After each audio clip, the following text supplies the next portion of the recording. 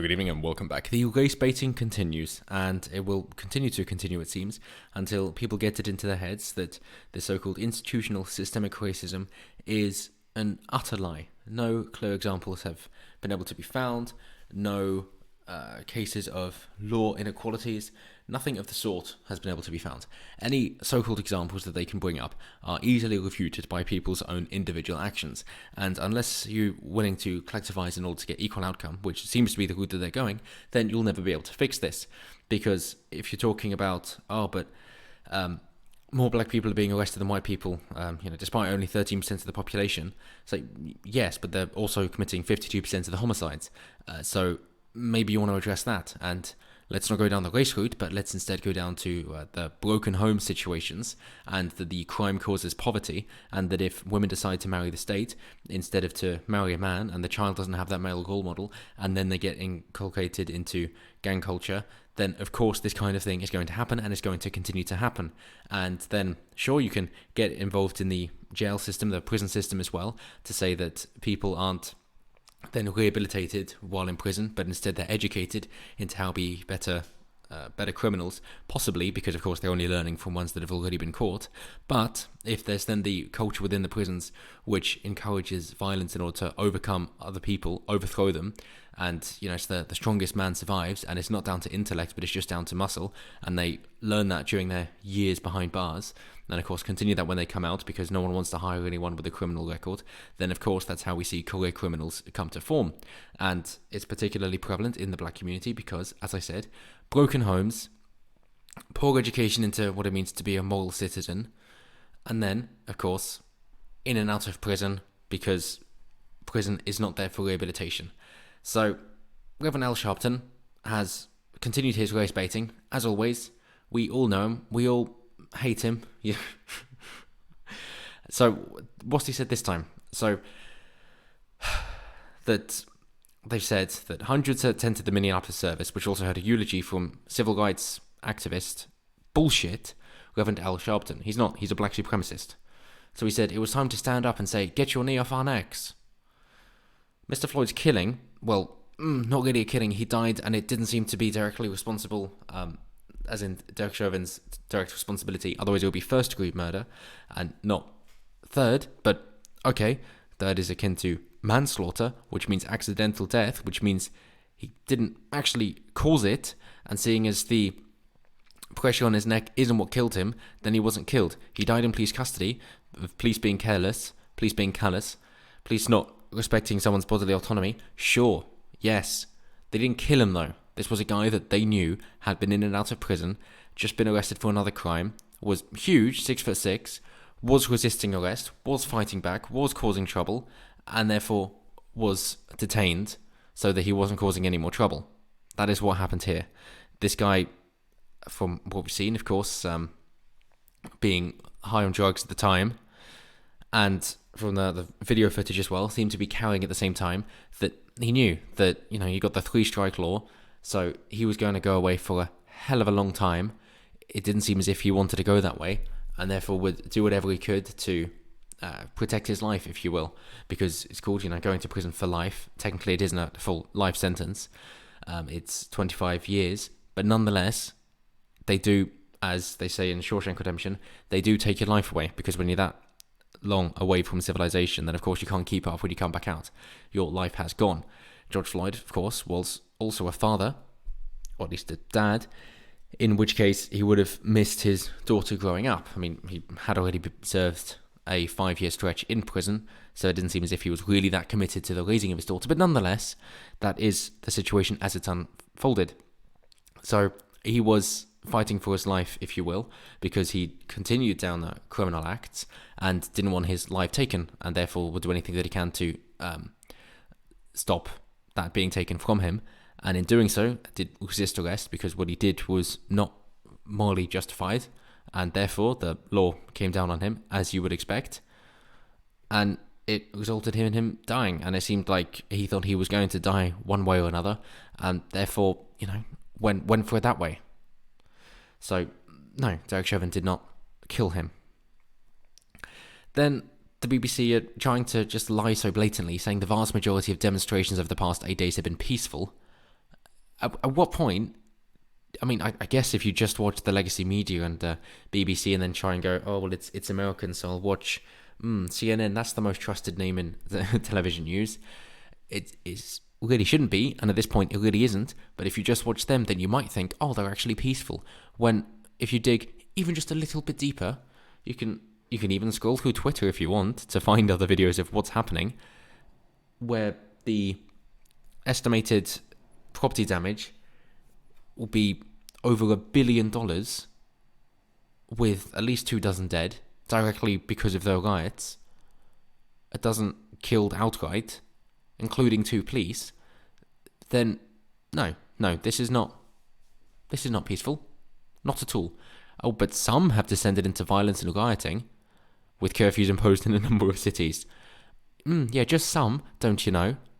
So the lawyer, Mr. Crump, said it was not the coronavirus pandemic that killed George Floyd, it was the other pandemic, the pandemic of racism and discrimination. What, as in affirmative action? As in quotas? As in giving black people things on the sole basis that they're black? What bullshit is this? Why is this still perpetuated? The $100 million, over that, probably more than double now, that they ploughed into Black Lives Matter activism, they could have actually put into entrepreneurial endeavours to encourage the importance of family into black communities, and yet they didn't. So it's not actually for the bettering of the nation, the bettering of the people within the nation. It's just that, left-wingers know that they get quite a bit of the ethnic minority, even if it is now, the non-white vote then, and therefore they have to keep pandering, they have to keep giving that idea of empowerment, which is suggesting that you can't do anything yourself, towards these people in order to try and win them over, to suggest that things that go wrong in their life isn't their fault and taking personal responsibility won't do anything. And they have to continue that lie, that deceitful, life-destroying lie, in order to get anywhere. They have to do that. That is all they have left. And therefore they continue to do it, because that's the only way they can get power, because they don't care about the people. All they want is power.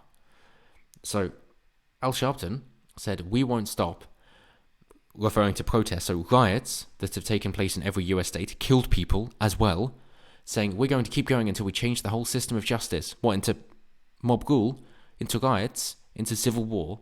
That's when you'll stop. What is it that you need in the whole system of justice?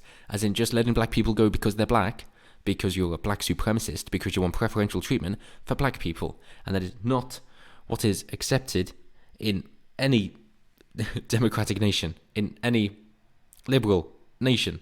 Not at all. No society which is worth anything is going to agree to that form of supremacy.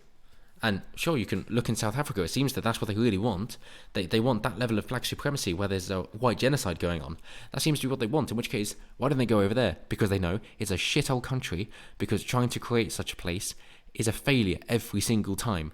And I think they know this, but that they've got to keep speaking these lies in order to try and evoke such rage and hatred in their race-baiting ways in order to hang on to power. So he said, what happened to Floyd happens every day in this country, in education, in health services, and in every area of American life. It's time for us to stand up in George's name and say, get your knee off our necks.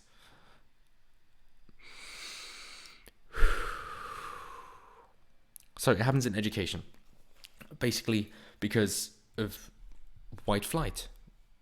That's essentially it.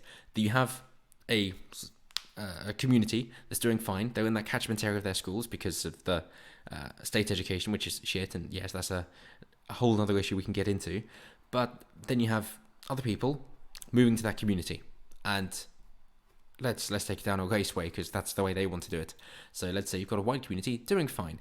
Some black people move in, and they go, this is a really affluent community, they're doing great. We want to let our children have the best start in life, the best opportunities, and therefore we're going to assimilate into this place so that we can all go on together better, and my children are going to have a great start in life. They're going to have the right connections, and they're going to do so much better than I did when I was their age. So brilliant, fantastic. You move there, you're doing well, fantastic. And then some more black people move, thinking, this looks nice. And then you've got a sizable black community there, so therefore that encourages a load more, thinking, hey, they're black, they're my brothers. And slowly but surely, the quality deteriorates. until the white people then go, well, this is a bit shit. This isn't safe anymore. This isn't why we moved here. We're going to leave. Therefore, you've got the white flight. And so, yeah, it might then be majority black. And the people who are thinking along race lines of, oh, all black people are the same, thinking that we don't respect law, then they are ruining it for the people who came before them. And that is why the community is then destroyed. And that then, of course, causes the education to suffer as well, because then you'll have a new school opening up for the white people who have moved away, and also some of the black people who have moved away, not wanting to be associated with this. By all means, in order to get a better education over there and the better teachers would go over there, because they'd much rather teach students who want to learn than ones who might stab them, which is fully understandable. And then in health services, well, that's down to individual differences, individual choices that make such unhealthy decisions. Or you're saying that black people are inferior because they have, bad blood? If you want to use that syphilis reference, sure. And in every area of American life, except, of course, for the quotas and the affirmative action, which is a way of showing the reparations that they want so much and yet seem to already have. Obama joined in, saying, too often some of that violence has come from folks who are supposed to be serving and protecting you. I want you to know that you matter. I want you to know that your lives matter, your dreams matter. Yeah, provided that your dreams are for the benefit of yourself and those around you and not to kill them. And then we have Meghan Markle joining in and not even going to address that. George Floyd's ex-partner saying Gianna doesn't have a father. And again, we talked to individual choices of what made her eat to become a land whale. That's not good for your health. And then that having a daughter with a criminal who's in prison for 5 years, not a very good life choice. So is it really expected? What was the alternative? That he was then in prison for 25 years. Doesn't seem like he was a very dependable father. I'm not trying to speak ill of the dead here. Just trying to say things as they are. And, of course, then you've got it in other countries as well. Australia, France, the Netherlands, and in the UK. Thousands gathered in central London. Only 2 arrests so far. Yeah. We'll see how that goes. Bear in mind that we had the police turn away 1,000 cars in 2 days from the beauty spot in Wales, in the Wrekin Beacons. So, yeah, apparently social distancing does matter, except, of course, when they're black. And don't you know that it's racist because black people are treated badly, although they're given preferential treatment here as well? So, this is all utter shit. How can they lie so much? It's not cognitive dissonance. At this point, it is irrefutable that it's a lie every time. Then they show the little timeline to say how their protests begin, hanging the American flag upside down, of course, as a form of protest. And sure, they're using their masks for for health reasons and not to hide their identities. And yes, this is a diverse, ethnically diverse crowd, of course. They mention Trump's warning as well, which he then seemed to actually go through on. CNN getting arrested and let go because, as it turns out, CNN didn't realise that the laws applied to them as well. That when police are saying, hey, no one's allowed to be here, we're clearing the streets, when CNN say, but we're reporters, it's like, yeah, but nobody's allowed here. But we're CNN. Leave or we'll arrest you. But we're CNN, arrest. Simple as that. And of course, we're then let go, as of course they should be.